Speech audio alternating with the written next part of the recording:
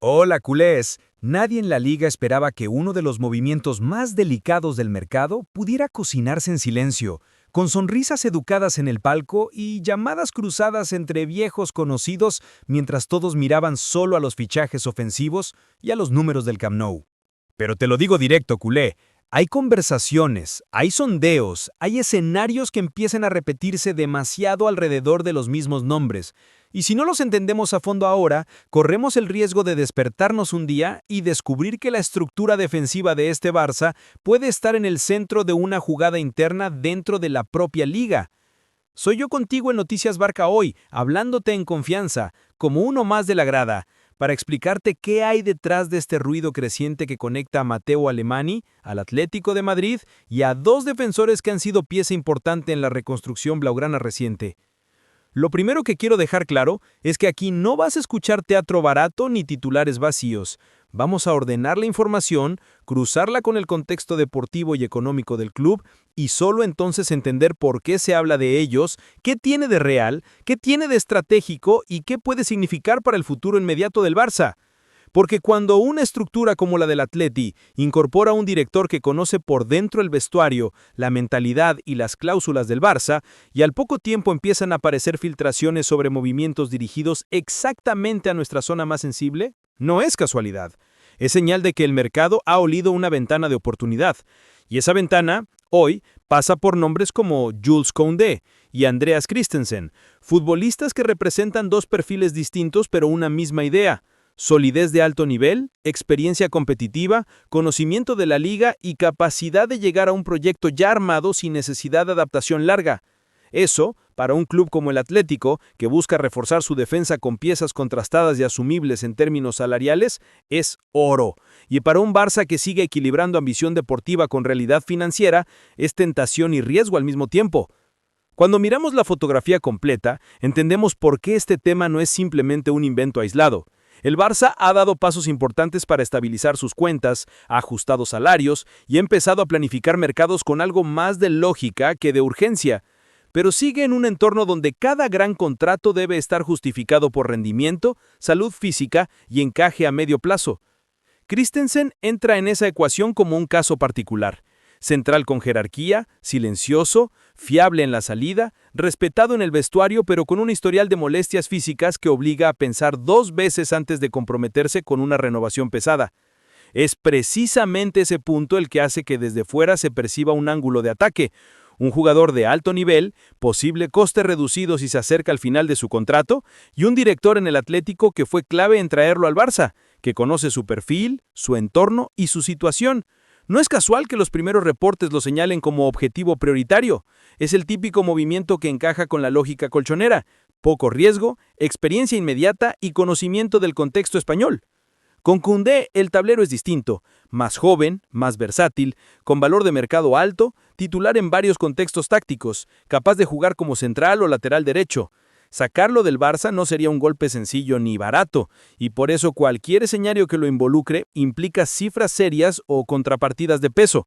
Pero también es cierto que su flexibilidad a veces ha jugado en contra, siendo desplazado, movido de rol, generando debates sobre si está explotando al máximo su potencial en el ecosistema actual. Esa pequeña fisura es justo el tipo de detalle que otros clubes leen como oportunidad si perciben que el jugador podría sentirse más consolidado en un rol claro. Y si hablamos de un Atlético que busca defensores agresivos, rápidos en coberturas, capaces de sostener duelos amplios y de ofrecer salida limpia desde atrás, Koundé encaja casi por manual. Lo que quiero que entiendas como aficionado es que cuando escuchas la frase doble operación con el Atlético, no estamos hablando solo de un rumor más. Estamos ante un escenario que mezcla conocimiento interno, contexto contractual, necesidades tácticas y juego político dentro de la liga. Imagina por un momento, porque hay agentes y directivos que ya lo hacen, un verano en el que Christensen llega al Atlético como oportunidad estratégica, con condiciones asumibles, y en paralelo se explora la situación de Koundé como operación más compleja, quizá vinculada a ventas previas, ingresos importantes o intercambios que permitan al Barça reforzar otras zonas. Desde la óptica colchonera sería reconstruir gran parte de su estructura defensiva con perfiles probados, con química potencial inmediata y con la firma de un responsable deportivo que conoce a ambos y sabe exactamente qué le pueden dar a Simeone. Desde la óptica culé, podría interpretarse como sacrificio calculado. Soltar a dos jugadores valiosos para acelerar la consolidación de otros, apuntar a un central zurdo de jerarquía, blindar a Araujo, apostar en serio por Cubarsí, buscar un lateral derecho específico que estabilice la banda y de paso obtener liquidez o alivio salarial para invertir en un extremo determinante o en un mediocampista que marque diferencias. Eso para un club como el Atlético, que busca reforzar su defensa con piezas contrastadas y asumibles en términos salariales, es oro. Y para un Barça que sigue equilibrando ambición deportiva con realidad financiera, es tentación y riesgo al mismo tiempo. Cuando miramos la fotografía completa, entendemos por qué este tema no es simplemente un invento aislado. El Barça ha dado pasos importantes para estabilizar sus cuentas, ha ajustado salarios y ha empezado a planificar mercados con algo más de lógica que de urgencia. Pero sigue en un entorno donde cada gran contrato debe estar justificado por rendimiento, salud física y encaje a medio plazo. Christensen entra en esa ecuación como un caso particular: central con jerarquía, silencioso, fiable en la salida, respetado en el vestuario, pero con un historial de molestias físicas que obliga a pensar dos veces antes de comprometerse con una renovación pesada. Es precisamente ese punto el que hace que desde fuera se perciba un ángulo de ataque. Un jugador de alto nivel, posible coste reducido si se acerca al final de su contrato, y un director en el Atlético que fue clave en traerlo al Barça, que conoce su perfil, su entorno y su situación. No es casual que los primeros reportes lo señalan como objetivo prioritario. Es el típico movimiento que encaja con la lógica colchonera: poco riesgo, experiencia inmediata y conocimiento del contexto español. Con Koundé el tablero es distinto: más joven, más versátil, con valor de mercado alto, titular en varios contextos tácticos, capaz de jugar como central o lateral derecho. Sacarlo del Barça no sería un golpe sencillo ni barato, y por eso cualquier escenario que lo involucre implica cifras serias o contrapartidas de peso. Pero también es cierto que su flexibilidad a veces ha jugado en contra, siendo desplazado, movido de rol, generando debates sobre si está explotando al máximo su potencial en el ecosistema actual. Esa pequeña fisura es justo el tipo de detalle que otros clubes leen como oportunidad si perciben que el jugador podría sentirse más consolidado en un rol claro. Y si hablamos de un Atlético que busca defensores agresivos, rápidos en coberturas, capaces de sostener duelos amplios y de ofrecer salida limpia desde atrás, Koundé encaja casi por manual. Lo que quiero que entiendas como aficionado es que cuando escuchas la frase doble operación con el Atlético, no estamos hablando solo de un rumor más.